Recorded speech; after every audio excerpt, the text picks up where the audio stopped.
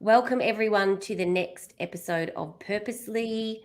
It's been a while. I've been having a bit of a rest from podcasts, but I'm so excited to introduce you to Jonathan De Potter. Welcome.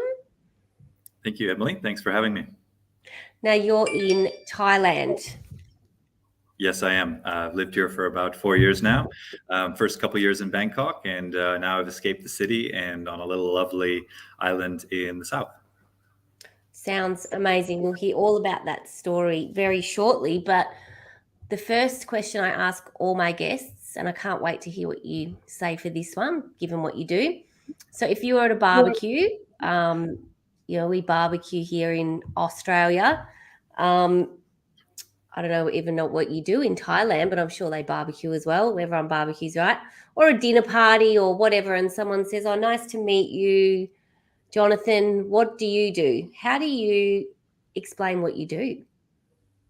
Yeah, generally speaking, I say that we guide leaders to the next level using plant medicine or psychedelics. So, often leaders have, by virtue of their minds, they've come to a particular place in life and they're ready for a breakthrough. And often there's an opportunity to go beyond the mind. And so, we try to provide the support, the guidance, the context for people to really break through and realize what they truly are. I love it. It sounds so fascinating. And I mean, if you had have said 10 years ago that, this would be a thing that was legal, kind of socially acceptable, I think people would have laughed. But in the world that we live in now, people are becoming so much more open to this type of thing. But before we go there, I'd like to hear the story of Jonathan De Potter and how the heck did you end up, being kind of a shaman for leaders in Thailand? Like, tell us your story. I like to go way back to the start and then explain how you ended up where you are today. Yeah, sure. So I'd start by making one point of clarification, which is that I myself don't consider myself to be a shaman or a healer. We have many good ones on our team, but as of yet, that hasn't been my energetic calling. My purpose, if you will.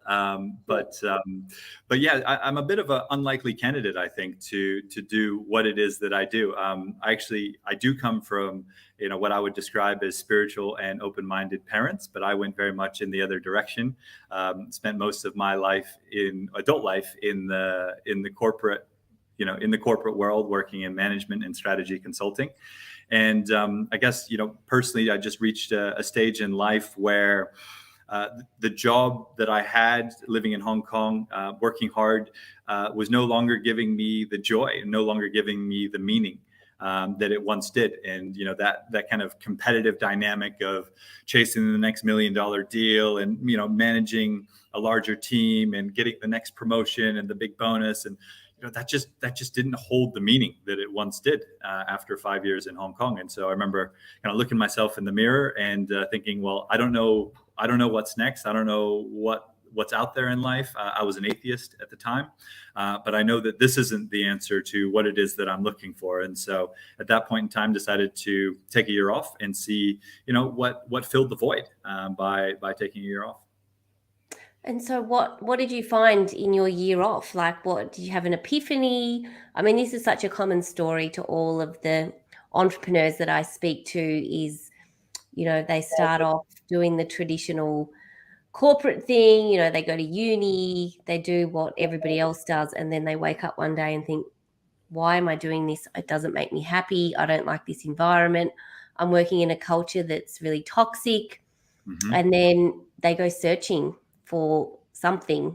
I don't know what it is, maybe purpose, meaning. So in the year that you had off, what did you find? Was there a moment?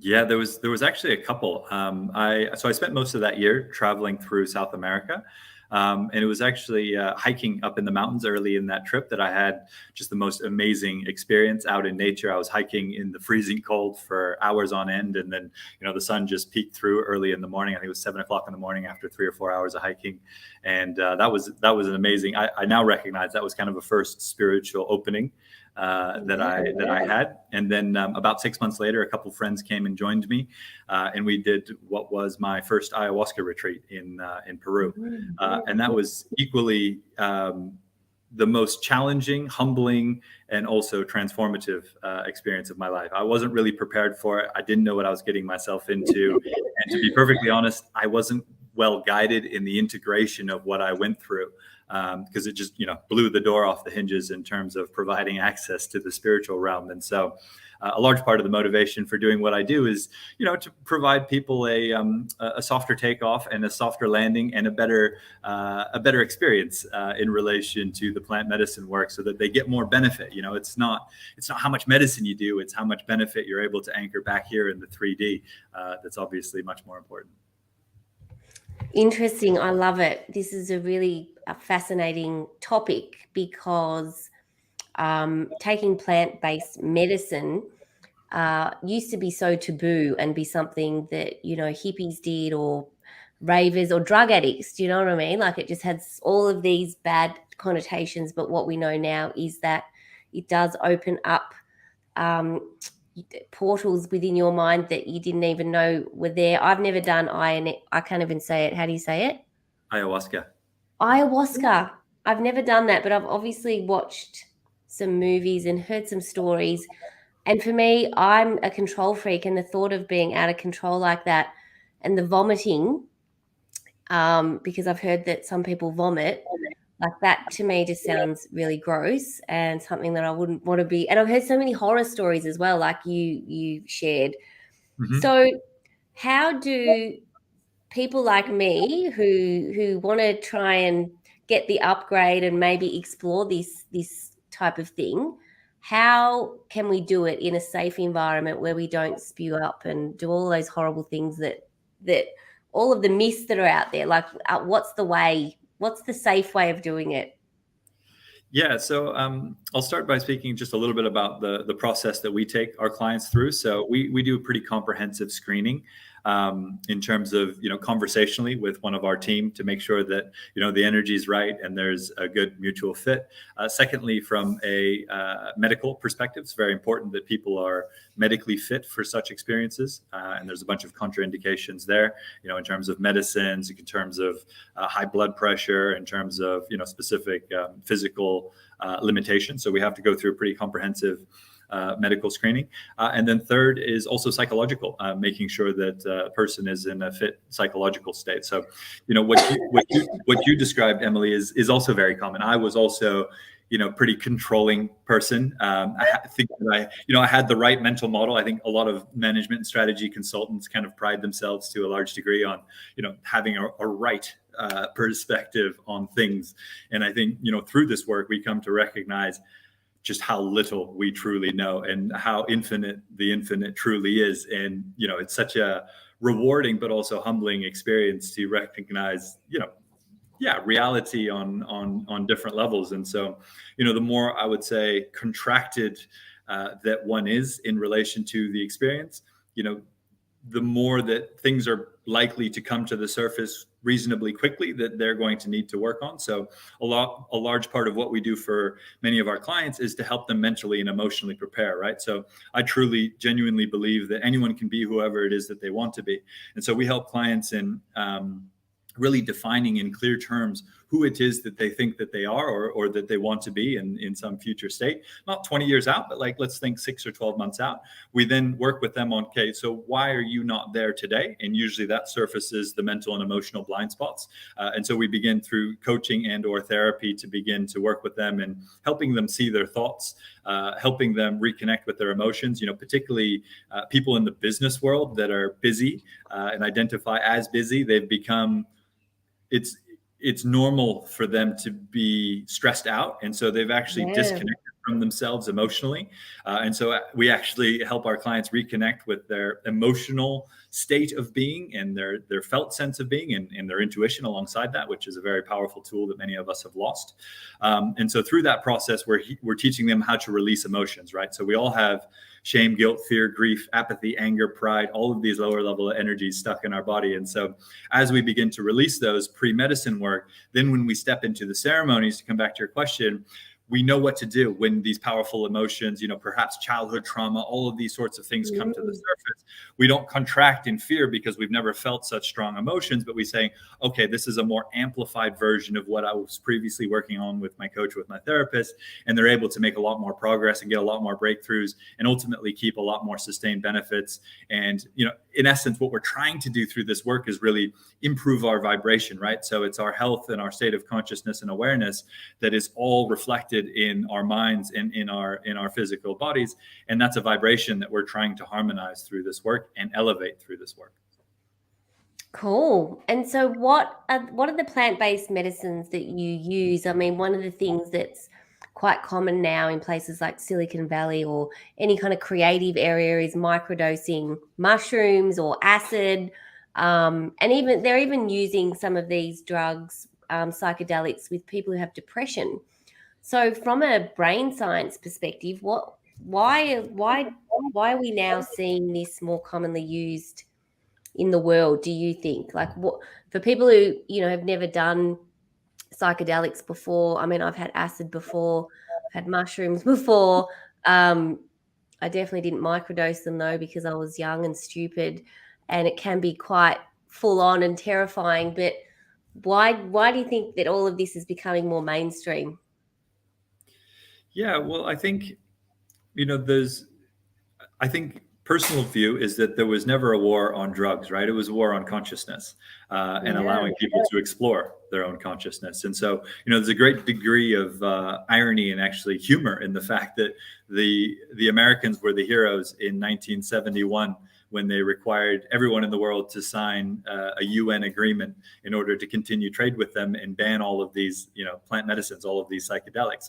And now they're the heroes once again for being the first to undo the very regulations that they introduced in the 70s. So, I think the time has come. I think people have now, people want to be better. It's inherent to the human condition. I think, as you were describing before, that, the entrepreneurs that you speak with, everyone is recognizing that they have unique gifts to give and that they want to bring out into the world, and that sitting within a large corporation really limits that. It reduces that. It doesn't allow for the full expression of consciousness. And that's what we are. We are a point of consciousness that is here for a specific thing. And so more people are recognizing that, the next car, the next investment property, the next this isn't going to bring them that sense of self that they're really looking for. And so I think we're in the midst of that transition away from the egoic self and what can I get, and living in fear and in scarcity, to living in abundance and serving one another and living from a place of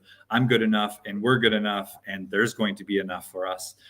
We can live in collective abundance. And so I think the time has come, because a lot of the systems that are in place that have served us up into a particular point are no longer serving us, right? 80% of people don't feel represented by their government. And again, that's to a large degree, it's by no fault of these systems. It's just that they've reached their kind of limits in terms of being able to meet the expanding needs of consciousness, of the broad variety of people that we have on the planet. And so now we can see and feel new kind of bottom-up systems beginning to form that are more aligned to the variety of needs that people see themselves as having.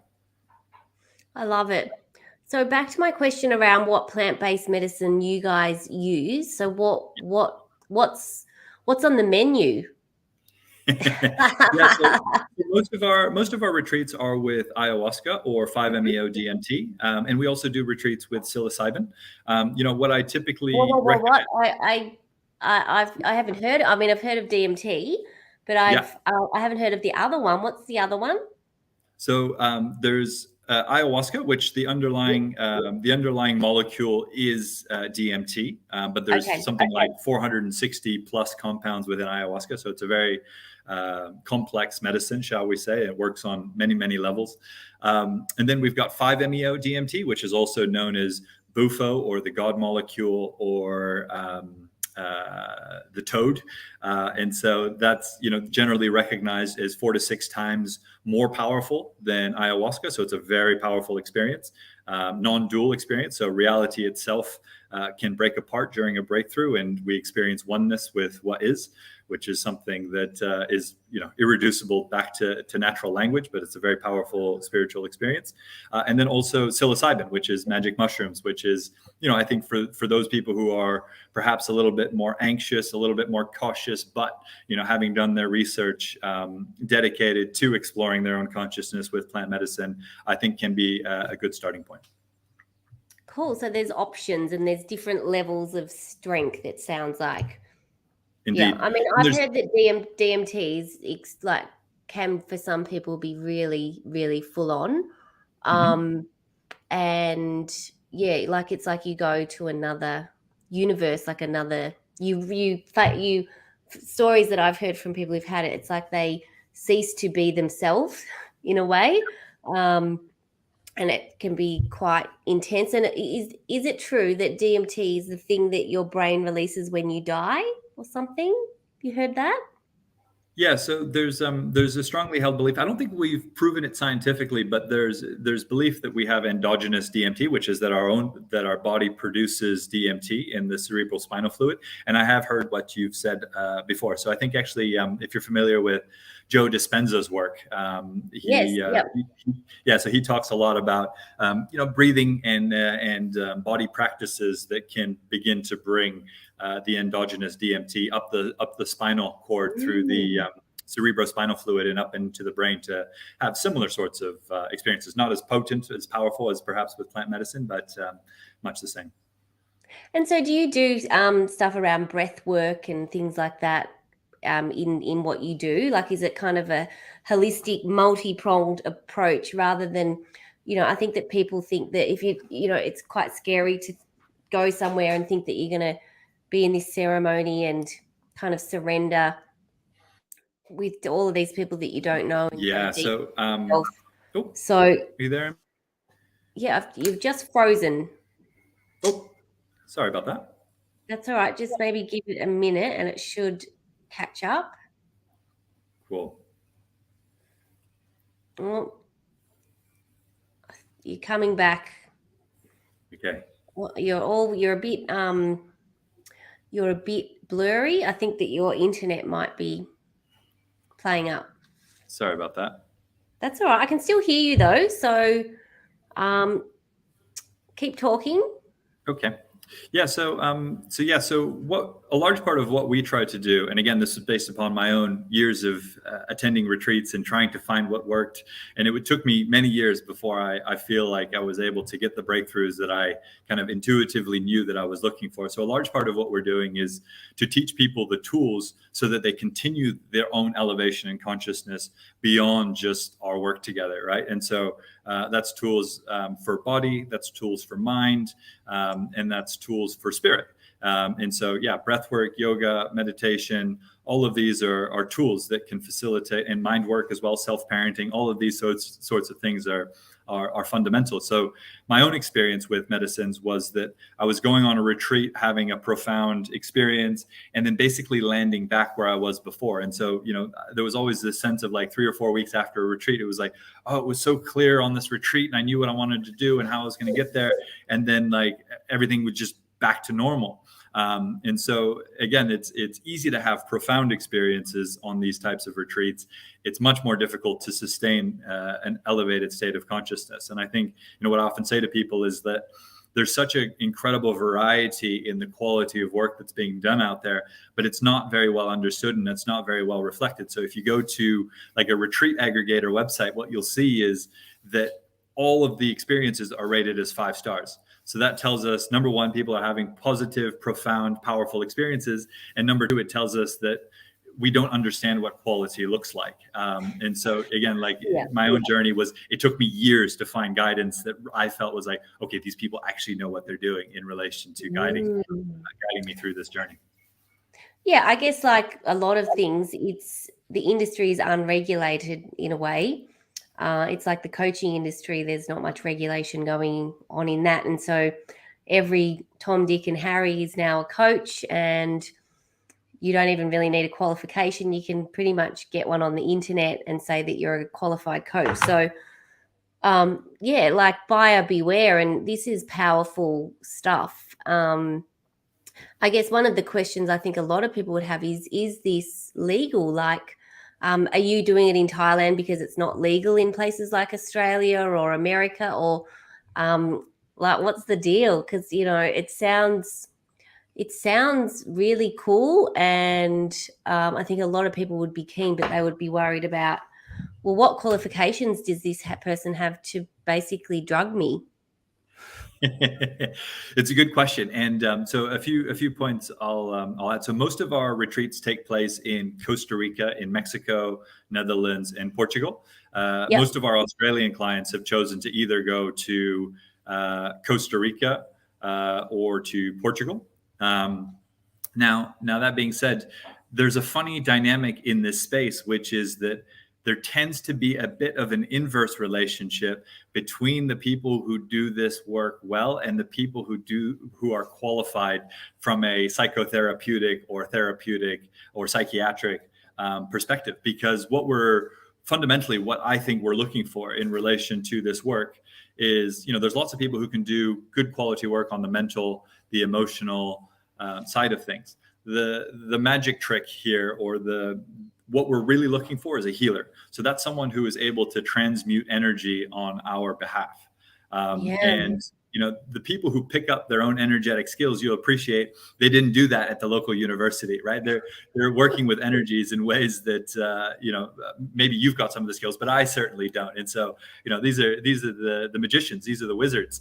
Yeah. And so they're not so interested in sitting through a 3-year course, watching PowerPoint slide after PowerPoint slide. So there is that sort of interesting dynamic. Now, that being said, Yeah. obviously there's a lot of progress being made from a scientific perspective, but in my personal experience, the spiritual understanding in this space is light years ahead of what the scientists understand, because the scientists are still looking at this through kind of a Newtonian worldview and a Newtonian lens. So they're looking at protocols. They're looking at the minimum definition of a given affliction, right? Because there's a treatment orientation. It's not about consciousness. It's about Yeah. depression, anxiety, addiction, blah, blah, blah.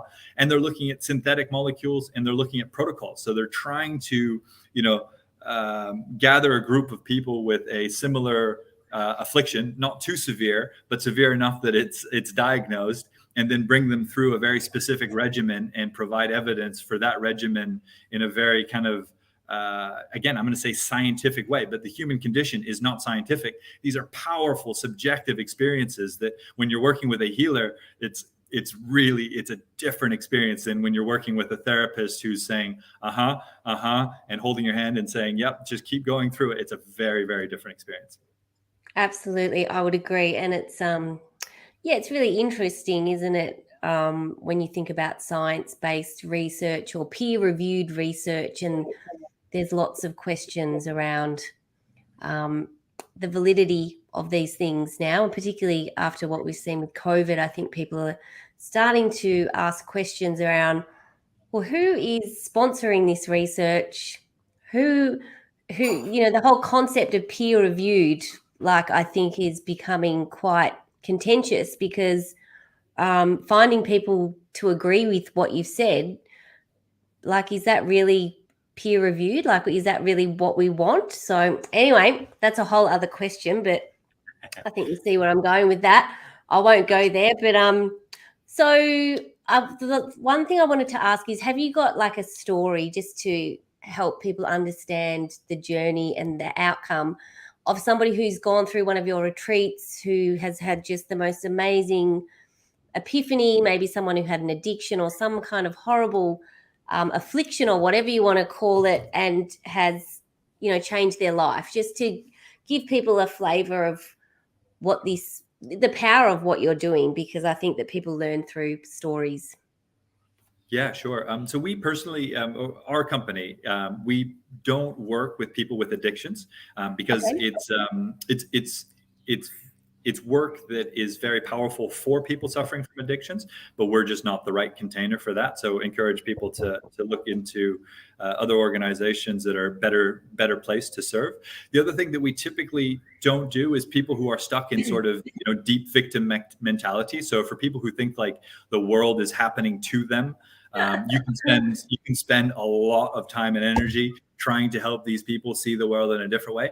And sometimes you'll have success and sometimes you won't. So we typically don't take people who are kind of just stuck in like believing that the world just is trying to do bad things to them, because again, we have limited time and energy on this planet, and so we're trying to do the amount of good that we can. Not to say again that there aren't more appropriate containers out there to help these people realize themselves a little bit more deeply. But there's two stories that immediately come to mind. One is a gentleman from Sydney, actually, and he came on one of our retreats in Mexico. And he sent me a message that was so beautiful afterwards, which is, this is the first time that I've enjoyed being myself in almost 20 years. Wow. And it was like, it's simple language, but it's powerful, right? And it's just to think, wow, just with 7 weeks of guidance and a 1 week retreat, this guy enjoys being himself again. Like, that's a beautiful thing. Another client, and this one was more, again, he was a little stuck, this client as well. He came on a retreat. It was a 10-day retreat. And he said, I've cleared 50 years worth of shit in 10 days. And so he came on another retreat just a few weeks later. And so, he was a tech executive in Silicon Valley. He was running 3 different companies, super high stress, always managing this, managing that, client expectations, super quote unquote busy. And he just basically dropped 2 of his companies and focused on the one that he really enjoyed, which I believe was in the cybersecurity space, and then moved to Hawaii, bought a big old sailboat and started doing it up, and was doing all of his work remotely, and just really living life in a way that felt aligned to him. And so those are the types of stories that are just so beautiful and motivating to hear, to allow people to just drop the fear, right? Drop the fear of not being enough and there not being enough, and just enjoy life and live life. I love it. You're talking my language, and this is what this podcast is about, is really helping people kind of tap into ways to upgrade, be better, live on purpose. So it sounds like what you're doing is in complete alignment with that. So if people wanted to do one of your retreats, like how long are they? Like what are the options? Just give us the headlines, and then maybe where they could find more about you. We've obviously got your Instagram handle in the banner below. Mm-hmm. So Behold Retreats. But talk us through what the options are, and typically who are the types of people that come on your retreats? Like, is it professionals? Is it executives? Like, or is it really anyone who's looking to tap into who they are and maybe shed some layers? Yeah. So most of our work is with what I would describe as professionals, those people who are ready for a big breakthrough, a big shift, a big improvement to their quality of the human experience, right? And we do group retreats as well as private retreats. We do much smaller groups than normal, typically between 6 to 8 people. There's a lot of places out there that are doing group sizes of like 20, even 50. No judgment, but you couldn't pay me to be in a room with 50 other people doing medicine work. And then a lot of people feel like they want to dip the toe by starting with group work, right? And so there's this kind of felt sense of a shared experience and safety in numbers. But then a lot of people, if they're in a position to do so, also move into private work. So, my own experience has been that I made more progress doing private work than I did in the years of, group retreats here and there and everywhere. And so, a lot of people go sometimes straight into private work, and most of our retreats are 1 week. As I mentioned before, either with ayahuasca or 5-MeO DMT. Again, we do a bit of work with psilocybin, more by request as well. And either we do a standalone retreat or we do the whole 7 weeks, which is a lot more of the guidance and the mental and emotional work. And sometimes, we get the clients that are like, no, I just want to do the retreat. And it's like, okay. And then, sure enough, 3 or 4 weeks later, they're like, okay, I need to do the mental and emotional work in order to get the benefits. So that's often a common pattern as well, is that, I think people are excited about the medicine aspect, right? It's experiential. You get to travel for it.